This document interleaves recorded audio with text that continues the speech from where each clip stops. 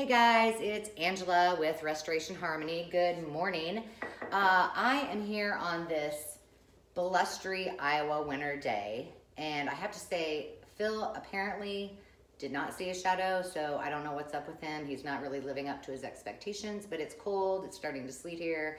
So it is a yoga pants and hat kind of morning, a work at home day, and I am here to show you how to antique paper. And I decided to do that because my real to-do list started with inventory, which is not my favorite thing to do. So if you know anything about time management and scheduling your day, what the experts say is that if you start with something really easy, something that's maybe creative and fun that you want to do, move on to something that's a little more difficult in the middle of your day and end your day with something that's also simple. It kind of makes you feel a little more accomplished, and you feel a lot less stressed out. So that is my goal for today. So I'm starting out with this fun project. So we're going to add a rusty element to any of your paper projects. And if you are familiar with tea dyeing fabric, if you're a quilter or a seamstress, that is really the process of taking tea or coffee, and you use muslin fabric and you soak it in there, you let it sit for quite a while, and then you take it out, and what it's done is it's kind of distressed that fabric to make it look like it's more vintage and old. And so we're going to take that same concept, but we're going to do that with paper. And here's why. So Restoration Harmony just launched their own candle line at the Mercantile, which is super, super exciting. And a week ago, we did a little candle naming party. So we had guests come, they all got to put in their votes, and they won prizes and candles and all kinds of other things at the Mercantile. And we had food and drinks and just had a lot of fun. So we've now got the official names and the official winners, so we're ready to put on our labels. So I went ahead and I've created all of the different names for those, and we're going to be putting them on our recycled wine bottles, and we're also going to put them on these awesome vintage coffee containers. And we use lots of different kinds of tins, but that's one of my goals when I am out and about, whether I'm at an auction or antique stores. I try to find some of those because they're not easy to find, and they make really, really fun gifts. So they're perfect for candles. So what you're going to need, and there's not a lot, most everything that you need you'll probably have around the house. You're going to need, obviously, a very hot cup of coffee, and thank you, Dave, for letting me use yours today. You're going to need a couple of paintbrushes, and you're going to need about a half a teaspoon of cinnamon to start and a tablespoon of sugar. And you're going to need some Mod Podge, which that is just glue that we'll talk about in just a little bit, and why you need that. And then I always transfer my my coffee into a larger bowl, so it's easier for me to work with. I put a lot of the labels in together, and so it just gives me more work, or more room to work. So after you have soaked your labels, and the one thing that you want to remember is make sure that your coffee is hot when you mix your cinnamon and sugar. And the only reason you're using sugar in that is it gives it a little more to stick to on the paper. And you don't see it, it's all clear obviously, but it helps a little bit when you for the cinnamon to stick.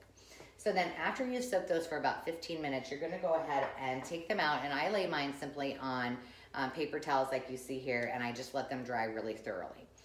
So you're going to let those soak, and when they're finished, you'll probably see that they're curled a little bit on the edges, and that's perfectly okay. It's going to wrap around whatever piece you have very simply when you add the Mod Podge. And the other thing is that when I put these out to dry, I actually sprinkled a little bit extra cinnamon on each one of them to make it a little more rustic. And if you don't like where it lays, a lot of time the rust was on the exterior, on the sides, you just go ahead and take your paintbrush and just kind of wipe away where you don't want it. And you can do that even after it's dry, or you can do it right when it's wet. It doesn't matter. So after that, you're going to simply take your Mod Podge, and you're going to want to do this generously. So you're going to take some of the Mod Podge first and put it on whatever piece you're working on. And as you can see, I just put it on like that. And then I take my piece as well, and on the back, I just put a little bit, so it helps me position it a little more, and it's easier for me to work with. So then, like I said, right now it's kind of twisted, but you're just going to place it on there. Make sure it's relatively straight. And that one looks perfect. And you know what? I just realized that is not going to work because that is not the scent that we're using. So cinnamon on down is going to have to wait. We're doing the evening bourbon, which is our signature scent. And I am telling you, it is delicious. One of my favorites. One of my husband's favorites too, but I think it's just because it has the name bourbon in it. All right, so now you're just going to go ahead and brush that on really liberally. And you just want to make sure that you get all the sides all the way around the edges so that when it's done, it doesn't peel up at all. But if it does, not a big deal. You can add a little bit more. You can kind of take a smaller brush and go underneath if there's anything that sticks up and peels. And then I just take a paper towel and gently work my way around where I have excess. Truthfully, you don't, depending on your piece, you don't really need to do that. And you don't need to be perfect about it because it's all going to dry absolutely clear. And you can kind of see this. Let's see. This one's pretty much all the way dry. Here's one that's not quite dry. So this is what it's going to look like as it dries. That is going to be what it looks like after. And I just need to add some embellishments on some of these and they'll be ready for our guests this weekend. It is really a simple project and anyone can do it. So make sure that you ask questions if you have them, but give it a try, see what you think. We are going to be putting these on the shelves this Thursday. So Thursday we open at 3 o'clock and we're open until 7. And we started, when we did our candle party, we decided to start doing ladies night every Thursday night. So what's really fun about that is that all the girls can come, bring their friends.